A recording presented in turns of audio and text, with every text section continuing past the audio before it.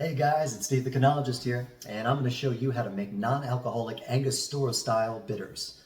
And we're going to use vegetable glycerin, and Angostura is a particular type of bitter that has some baking spices to it, little earthy notes, but a lot of complexity. So we're going to see if we can't recreate that with vegetable glycerin. 125 milliliters of vegetable glycerin mixed with 30 milliliters of water, 1 whole clove, 2.5 grams dried gentian root, 1 gram dried burdock root, 2 allspice berries, just a little bit of nutmeg, 1 cardamom pod, 5 black peppercorns, half a star anise pod, 1.5 grams cinnamon stick, about 1/4 teaspoon of coriander seed, 1.5 grams dried orange peel, 1 dried cherry. All right, so I pulled aside all of the aromatics that we're going to put in the non-alcoholic bitter, and we're going to crush them lightly before we toast them. So crushing it kind of increases the surface area. Toasting is going to bring all the essential oils and all the good stuff in those spices out to the forefront, so we can really get at them with the infusion. So I've got a pan heating up. I'm going to crush those spices. We're going to toss it in there. Just toast it for just a minute or two, just to get it a little bit hot. So let's go. You don't have to do a super crush. It's just got to be, just cracked open. There you go. Especially that cinnamon stick. I want to get a lot of surface area on the cinnamon stick. Yeah, there we go. There we go. Beat it up a little bit. And a little bit of clove. Let's get allspice berries in there. And yeah, a little bit of anise. All right. All right, everything is kind of muddled, crushed. The pan is just about hot, so let's just start tossing some things in there. So it's going to be the cinnamon, clove, allspice berries, coriander, a little cardamom. Can't forget that. Star anise, black pepper,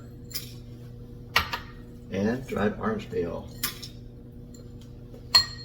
So it's a dry pan. I'm really just trying to raise the temperature in the ingredients. Again, bring the oils out to the surface. So you don't want to let it sit for too long. You don't want to scorch it. You don't want to scald it. You just want to heat it up. So you got to toss it. You got to pay attention to it. And it's just a minute or two. All right, so I'm starting to smell those aromatics. It's starting to come through. I don't want it to start smoking. I don't want to burn it. I think it's just about ready. I'm going to take that glycerin, which was in about an 80% to 20% mixture. So 80% vegetable glycerin to 20% water. Vegetable glycerin is sweet, it's thick. You kind of want to thin it out just a little bit. But the vegetable glycerin is the thing that's actually going to be extracting all the nice compounds from the spices, from the herbs, from everything you're putting in there. Water does it too, but vegetable glycerin is a little more useful in this situation. So we're going to put that in our jar. We're just going to immerse everything.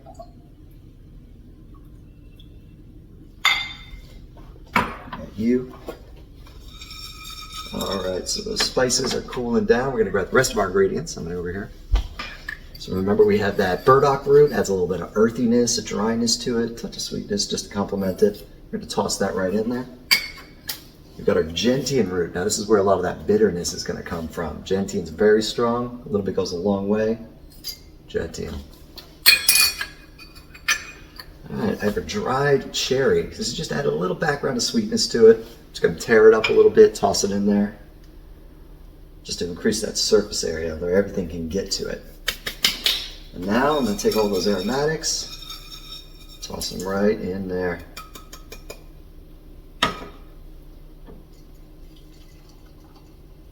All right, so we've got everything in the glycerin mixture. So we're going to seal it up tight, put it in the slow cooker, and give it a hot water bath for about 6 to 12 hours.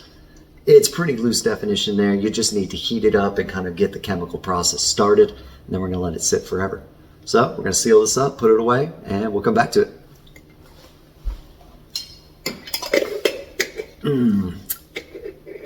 Now when you put this into the hot water bath, of course heat makes things expand, right? So you don't want to seal the lid tight because you're going to build up a lot of pressure in there. So you're going to just crack that lid, give that air, give that gas somewhere to go, so you don't blow anything up. All right, we're gonna get going here.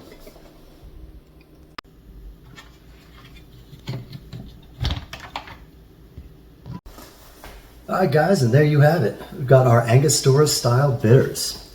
So I'm gonna leave everything in here. I'm just gonna let it keep soaking in, keep absorbing. But as soon as I'm ready to use it, I'm just gonna straighten everything out and bottle it up. There we go. Look at that color, huh?